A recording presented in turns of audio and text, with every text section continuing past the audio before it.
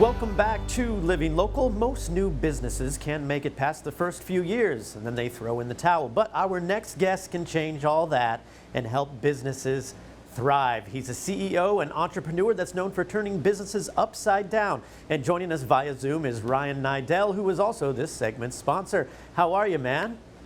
I'm great, thanks. How about yourself? I'm doing great. Thanks so much for joining us, man.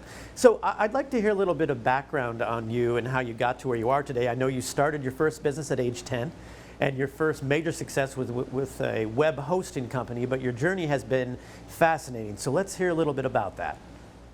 Absolutely. I like to call myself an accidental entrepreneur, like so many of us, where I was very fortunate to be taken under the wing of a local businessman when I started taking care of his cars and his property at the age of 14. Oh, cool. And that gave me access to this entire different way to think from a small business owner's mindset. That eventually led to, of all things, studying mechanical engineering, just enough to realize it wasn't for me, but taught me a great thought process of starting with the end in mind. Eventually into web hosting, as you'd made mention of coming on board as a sales professional, then taking over as president and CEO, and eventually selling it off to a large multinational web hosting company. And then it's been one series of entrepreneurial ventures after another, with a nice little in-between spot where I'd love to say it was all sunshine and roses, but fell flat on my face, skinned my knees, and learned a lot of painful lessons that cascade into now as I'm the CEO of a company called Mit 45 and a few other businesses. Yeah, dude, I find that failure, man, that often teaches you way more than big success. So I love that you mentioned that.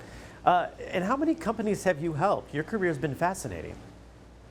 Yeah, so I've been fortunate enough on my own accord to have partnership in, grow and sell now 4 separate businesses.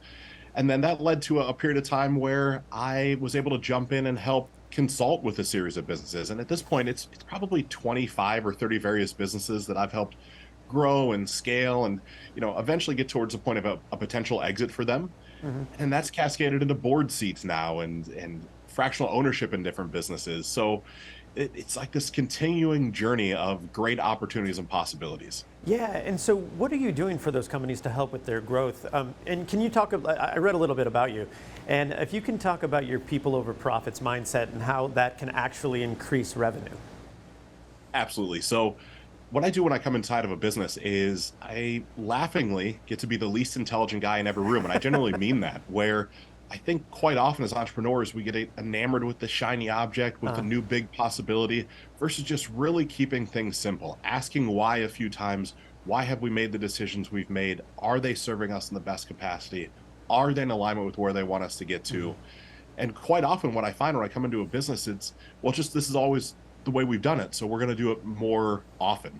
And you get to a certain point in most business trajectory where you can't keep doing more of the same things with more vigor and more growth and more time to keep getting those large yields. And so we have to actually simplify things down. Almost all growth, to me, contrary to maybe popular belief, is through simplification, not addition. And to start with, that, to me, that's people, right? People are the lifeblood of every business. And the time in which I skinned my knees the worst, I owned a merchant processing company, processing credit card payments, and I had the exact opposite mindset. It was what could go in my pocket first, what was the most amount of money I could make, and it didn't work out very well for me. It actually made me, helped encourage me to go broke, if you will. Yeah. And so as I reposition and look into the future, I started to make this conscious decision of saying, look, if I can benefit people and generally care about them, want to make sure, quality health insurance, quality retirement plans, incredibly aggressive compensation that's tied to the bottom line for some performance growth initiatives. If I do that, and I generally mean that, it's not for gamification, because I generally care about the people. If I take the simplification that I believe works the best, and I put people in front of the profits almost always take care of themselves over a long enough period of time. And that's really the thing as entrepreneurs. Can we play the longer game and the short game simultaneously, when quite often they're in conflicting forces? Yeah, dude, that's fascinating. And I have to wonder, a lot of times it's just kind of going with those small steps first. And so what are some of the strategies that you find most effective, when you're starting with something? Because you can't change the big picture right away, but you can change, what's happening tomorrow, and eventually that kind of cascades into something bigger. It does, absolutely. And one of the first things that I look at is what's going on with what is referred to as that cash conversion cycle. Right? And the cash conversion cycle is nothing more than from the time you say you want to order a product, good, or service to the time you turn that into profit, or revenue on the backside of the sales cycle.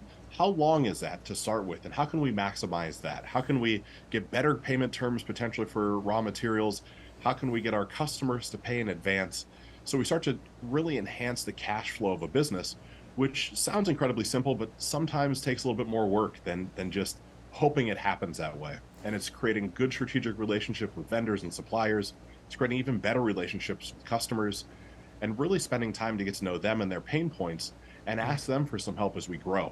So it's almost always a cash flow issue, right? It's almost laughable to me in today's world where we want to celebrate the top line revenue. Yeah, Well, yeah. you can celebrate that top line revenue, but you can't spend top line. You have to spend profit. And if your cash flow doesn't keep up with the growth, all the revenue in the world doesn't actually help. Yeah, that's fascinating. So you preach that, and this kind of ties into that, that perfect processes don't exist and that you should always be refining it. And so that kind of leads me to how can businesses adapt to the changing market conditions during rather uncertain times like we're living through right now? Absolutely. So, as entrepreneurs, I do believe it's our responsibility to figure out how to stay at least in lockstep with current trends, if not even a little ahead of them.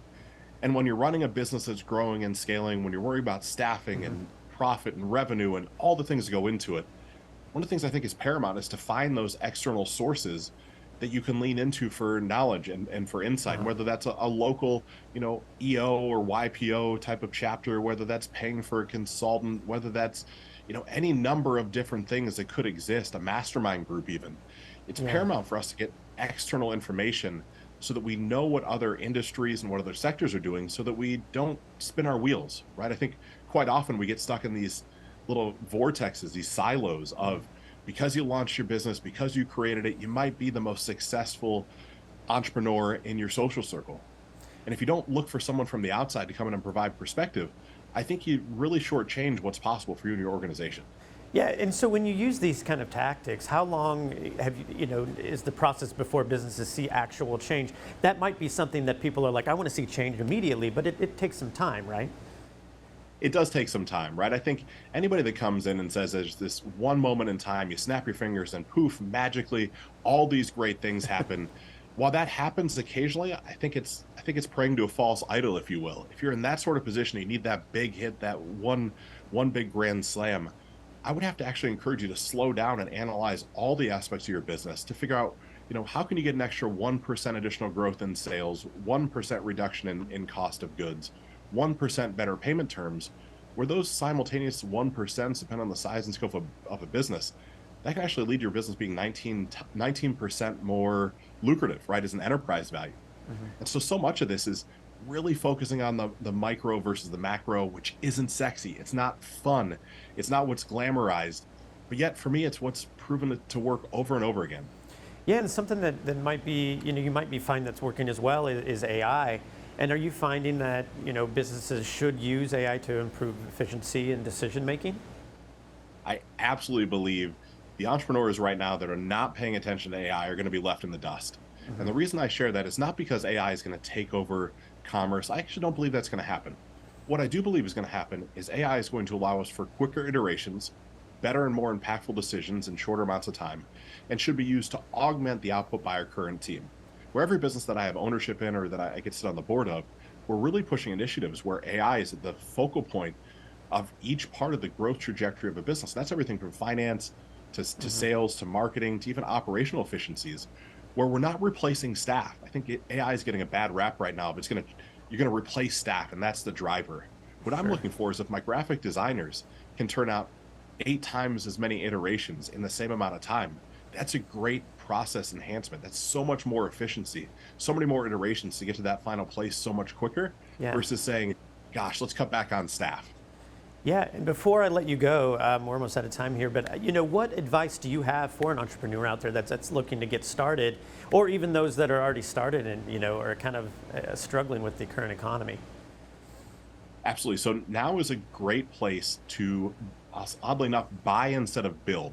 What I mean by that is I think if you're on the precipice of wanting to start your entrepreneurial journey, you might want to consider what it looks like to buy a business that already exists that's maybe flatlined in revenue. The reason for that is they have some people, they have some processes, they have some technology, and that's so much of the heavy lift to start with.